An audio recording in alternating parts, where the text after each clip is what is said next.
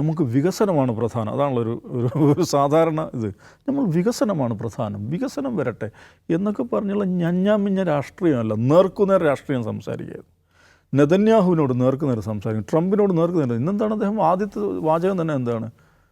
Trump എന്താണ്, നിങ്ങൾ ഈ പ്രസംഗം കേൾക്കുന്നുണ്ട് എന്ന് എനിക്കറിയാം, സോ റൈസ് ദ വോള്യം, ഇതൊന്ന് വോള്യം കൂട്ടി കേൾക്കൂ എന്ന് പറയാണ്.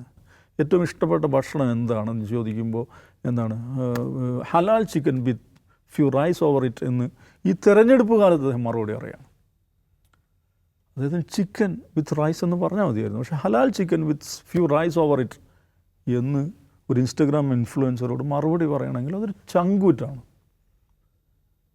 ഈ ന്യൂയോർക്കിലെ പ്രശ്നങ്ങളെക്കുറിച്ച് പറയുമ്പോൾ ഹലാൽ ഫ്ലേഷൻ എന്ന് പറയുന്ന ഒരു വാക്ക്, പുതിയൊരു വാക്ക് അദ്ദേഹം കോയിൻ ചെയ്യുന്നുണ്ട്. ഈ ഹലാൽ ഫുഡിന് വിൽക്കുന്ന ഏരിയകളിലുള്ള എന്തൊക്കെ ടാക്സ് കൂടിയതുകൊണ്ട് അവിടെ ഈ ഫുഡിന് വില കൂടുന്നു എന്ന് പറയുന്നൊരു പ്രശ്നം.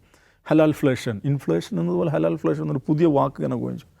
അപ്പോൾ ഈ പ്രശ്നങ്ങളെ കണ്ടില്ലെന്ന് നടിച്ച് ഒളിച്ചോടി, അയ്യോ ഞാനും അതിൻ്റെ ഭാഗമല്ലേ, നമുക്ക് വികസനമാണ് പ്രധാനം. അതാണല്ലോ ഒരു സാധാരണ ഇത്.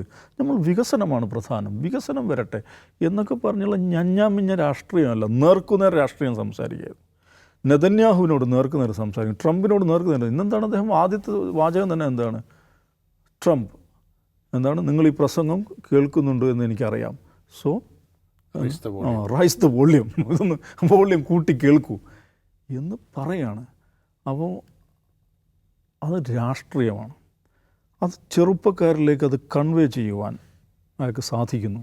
അത് പിടിച്ചെടുക്കാനുള്ള ആൻറ്റിന ഈ ചെറുപ്പക്കാർക്കുണ്ട്. അപ്പോൾ രാഷ്ട്രീയം പറയൂ, കൃത്യമായ രാഷ്ട്രീയം പറയൂ, അത് നല്ല നിലക്ക് ജനങ്ങളുമായിട്ട് കൺവേ ചെയ്യൂ, എങ്കിൽ മുന്നോട്ട് പോകാൻ സാധിക്കും എന്നുള്ളതാണ്. അത് എത്ര അഡ്വേഴ്സ് സിറ്റുവേഷൻ, അതാണ് മനസ്സിലാക്കേണ്ടത്. ഇന്നത്തെ ഒരു കോണ്ടക്സ്റ്റിൽ അമേരിക്കയിൽ, ന്യൂയോർക്കിൽ, ട്രംപ് ഭരിക്കുന്ന നാട്ടിൽ ഡീഫണ്ട് എന്ന് പറയുമ്പോൾ അത് വലിയ പ്രശ്നമാണല്ലോ. ഡീഫണ്ട് എന്ന് പറഞ്ഞു കഴിഞ്ഞാൽ അതിൻ്റെ അർത്ഥം എന്താണ്? ഈ നഗരത്തിൽ ഇനി വികസനം നടക്കാൻ പോകുന്നില്ലെന്നാണ്. അപ്പോഴും നേർക്കുനേരെ നിന്ന് സംസാരിച്ച് രാഷ്ട്രീയം പറഞ്ഞൊരു വ്യക്തി, ഒരു ചെറുപ്പക്കാരൻ, രാഷ്ട്രീയ പരിചയമില്ലാത്തൊരാൾ, അദ്ദേഹത്തെ ആ നഗരം സ്വീകരിക്കുകയാണ്. അതുകൊണ്ട് ഫാസിസ്റ്റ് വിരുദ്ധ രാഷ്ട്രീയം അല്ലെങ്കിൽ ജനാധിപത്യ രാഷ്ട്രീയം മുന്നോട്ട് വെക്കുന്ന എല്ലാവർക്കും മംദാനിയിൽ പാഠങ്ങളുണ്ട്. ഇത് ന്യൂയോർക്ക് മേയർ ആയതുകൊണ്ട് വലിയ വിപ്ലവമൊന്നും സൃഷ്ടിക്കാൻ പോകുന്നില്ല. പക്ഷേ ഇതിൻ്റെ അനുരണനം എന്ന് പറയുന്നത്, ഇതിൻ്റെ ഇമ്പാക്റ്റ് എന്ന് പറയുന്നത് അമേരിക്കയിലും മാത്രമല്ല യൂറോപ്പിലും ഇനി വരുന്ന രാഷ്ട്രീയത്തെ വലിയ തോതിൽ സ്വാധീനിക്കും.